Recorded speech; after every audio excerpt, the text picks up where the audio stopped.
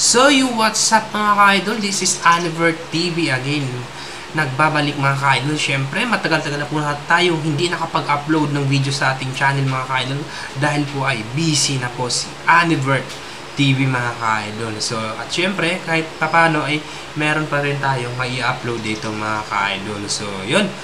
So, sa episode natin mga ka-idol, ito ay si Isaiah Thomas mga ka-idol. Ay ito pong si Isaiah Thomas ay palipat-lipat na po ng teams mga ka-idol sa NBA mga ka-idol. So, bakit nga ba ayaw kunin ng mga NBA teams mga ka-idol itong si Isaiah Thomas? So, hindi pa rin siya sumusuko mga ka-idol at sana makakabalik pa rin at sinusubukan pa rin niya na makakabalik sa NBA mga ka-idol. So, alamin natin kung bakit ayaw siyang kunin ng mga team sa NBA mga ka-idol. So, kung bago pa kayo dito sa aking YouTube channel mga ka-idol, ay huwag niyo naman kalimutan, paki-subscribe na lang at paki-click yung notification bell button, click all para ma-update pa kayo sa mga bago pa nating i-upload dito. Siyempre, nag-upload na rin ako sa Facebook page mga ka-idol. Kung doon naman po kayo nanonood, ay paki-follow na lang po at siyempre, paki-like kung mismong video mga ka-idol. So, yun, humanap na po ng pwesto para sabayan nyo akong panoorin at para mas lalo pa nating maintindihan mga ka-idol. So, ang video nito ay galing kay 3B Hoops mga ka-idol. So, bisitahin na po si Idol 3B Hoops. So, marami po siyang video na naka-upload sa kanyang YouTube channel mga ka-idol. So, kung gusto niyo ng mga history, so mga kwentong mga patungkol sa mga NBA mga ka-idol, ay bisitahin niyo po si 3B Hoops sa kanyang YouTube channel. So, let's go! Replay na natin mga ka-idol. Si Isaiah Thomas huli nakapaglaro sa NBA noong 2022 season para sa Hornets. Una kasi noon, pinapirma siya ng 10-day contract, saka binigyan ng standard contract hanggang matapos yung season. Nakatatlong team siya noon gamit yung 10-day contract noong 2022. Lakers, Dallas at Hornets. Meron siya noong 8 points at 2 assists per game. Sa 2023, hindi siya nakakuha ng kontrata noon. Ilang beses pa rin siyang sumubok na makakuha ng NBA contract pero walang nagbigay sa kanya. Usual reason pa rin, wash player na si Isaiah at defensive liability na dahil sa height. Sa edad na 35 years old, gusto ulit sumubok na Isaiah na makabalik sa NBA. Naglalaro siya ngayon sa G-League team ng Salt Lake City. Gusto talaga niyang bumalik ulit or makapaglaro sa NBA dahil nga yung mga kasabahay niya sumuko na. Pero sa Isaiah, gusto niya mag-retire bilang NBA player. Kung tutuusin, hindi naging maganda yung ending ng NBA career ni Isaiah Thomas. Bukod sa injury at sa contract, meron pa kasing masasabing unfinished business si Isaiah Thomas sa NBA. Noong 2017, iting huling taon ni IT sa Boston. MVP candidate pa siya noon. Number 1 ang Celtics sa East. Nung magsisimula ng playoffs, pumanaw ang kapatid ni Isaiah dahil sa aksidente. April 15 yun. Nalaman lang ni Isaiah yon after ng practice dahil kinabukasan simula na ng Game 1 series nila versus sa Bulls. Yung iba ang gagawin personal matter. Pero si Isaiah, personal matter pa rin yung playoffs. Kaya naglaro pa rin siya nun.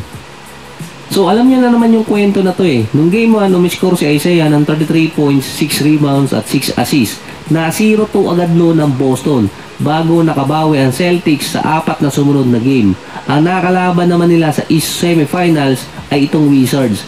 Nang Game 2 noon, umiscore si IT ng 53 points. Yun ang tribute niya sa kanyang kapatid.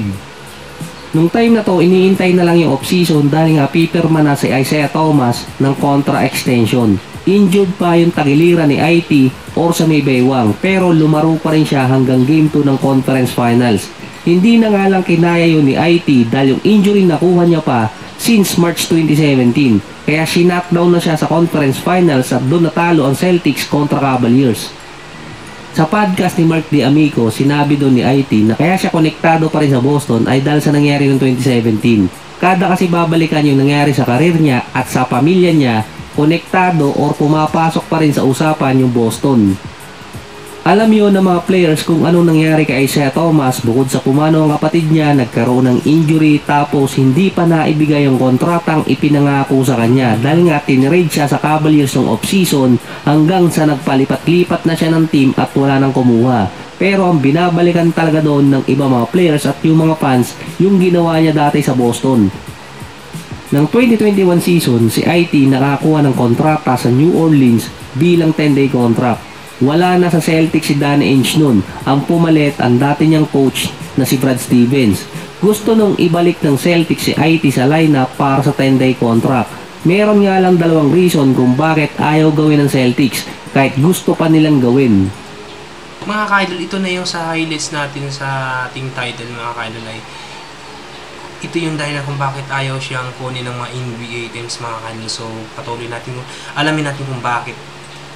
Ang una kasi doon, ayaw gawin ng Celtics dahil masasayang yung isang spot sa roster.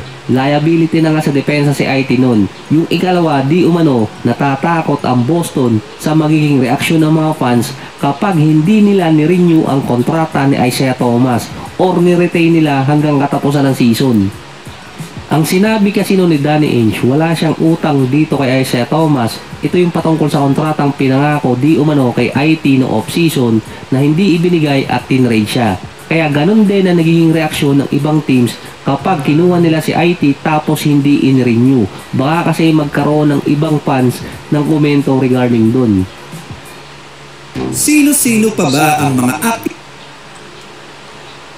So yun mga ka-idol, no, si Isaiah Thomas, yun ang dahilan kung bakit ayaw ng mga NBA teams sa kanya na gawa nga po sa kanyang kontrata mga ka-idol ay syempre kung hindi siya i-renew yung kanyang kontrata ay talagang ibabash yung team ng mga ating mga fans.